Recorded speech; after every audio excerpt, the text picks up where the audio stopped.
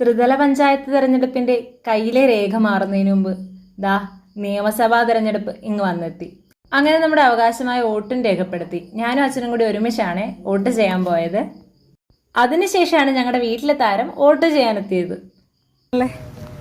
ഞാൻ എൻ്റെ വോട്ട് ചെയ്ത്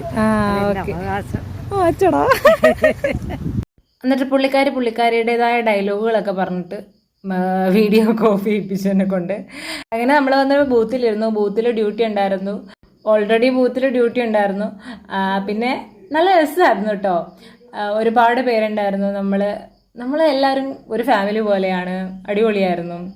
ഒരുപാട് സംസാരങ്ങളും തമാശകളും ഒക്കെ നിറഞ്ഞ നിമിഷങ്ങളായിരുന്നു. അതിനിടയിൽ നാരങ്ങ വെള്ളം കുടിക്കലും ഐസ്ക്രീം കഴിക്കലും അങ്ങനെയൊക്കെ ആയിട്ട് നല്ല നല്ല അടിപൊളി ആയിരുന്നു. പിന്നെന്താ, പിന്നെ അതിനിടയിൽ നമ്മുടേതായ പരിപാടികളും വർക്കുകളും ഒക്കെ ഉണ്ട് കേട്ടോ. ഈ ഇലക്ഷന് വേണ്ടി ഒരുപാട് ദിവസം ഒരുപാട് മനുഷ്യർ കഠിനമായി പ്രയത്നിച്ചിട്ടുണ്ട്. അതിൻ്റെ ഫലമാണ് ഇനി വരാൻ പോകുന്ന റിസൾട്ട്. അത് വൻ ഭൂരിപക്ഷത്തോടെയുള്ള ഒരു വിജയമായിരിക്കും. അത് അതിമധുരവുമായിരിക്കും. ഇതാണ് ഐഷാമ്മ. ഇത് അമ്മയുടെ പേരക്കുട്ടിയാണ്. കഴിഞ്ഞ പാർലമെന്റ് ഇലക്ഷൻ ഇവൻ കുഞ്ഞായിരുന്നു. അന്ന് നമ്മൾ ഇവിടെ ബൂത്ത് കിട്ടിയിരുന്നത്. അപ്പോൾ അവൻ കൈക്കുഞ്ഞായിരുന്നു. അപ്പോൾ അവൻ ഇന്ന് ഇത്ര വലുതായി കണ്ടപ്പോൾ ഞാൻ അയ്യോ അന്നത്തെ കുഞ്ഞല്ലേ ഇവൻ എന്ന് പറഞ്ഞിട്ട് ഞാൻ കുറേ നേരം സംസാരിച്ചിട്ടോ. ജോസ്മോൻ ചേട്ടാ ഒരു ഹായ് പറഞ്ഞേ.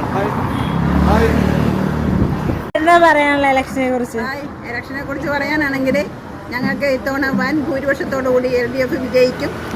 100 സീറ്റെങ്കിലും ഞങ്ങൾക്ക് കിട്ടി. ഞങ്ങൾ വീണ്ടും 3ാമത് അധികാരത്തിൽ വരും. വൈക്കത്തെ ഞങ്ങളുടെ പി പ്രദീപ് ഒരു 20,000 വോട്ടിനെങ്കിലും ലീഡ് ചെയ്യും. അതാണ് ഞങ്ങളുടെ ശുഭപ്രതീക്ഷ. അങ്ങനെ വോട്ടിങ് എല്ലാ പരിപാടികളും കഴിഞ്ഞു. ഇനി നമ്മൾ വിധിക്കാനുള്ള കാത്തിരിപ്പാണ്. അപ്പോൾ ബൈ ഞാൻ പോകുന്നു.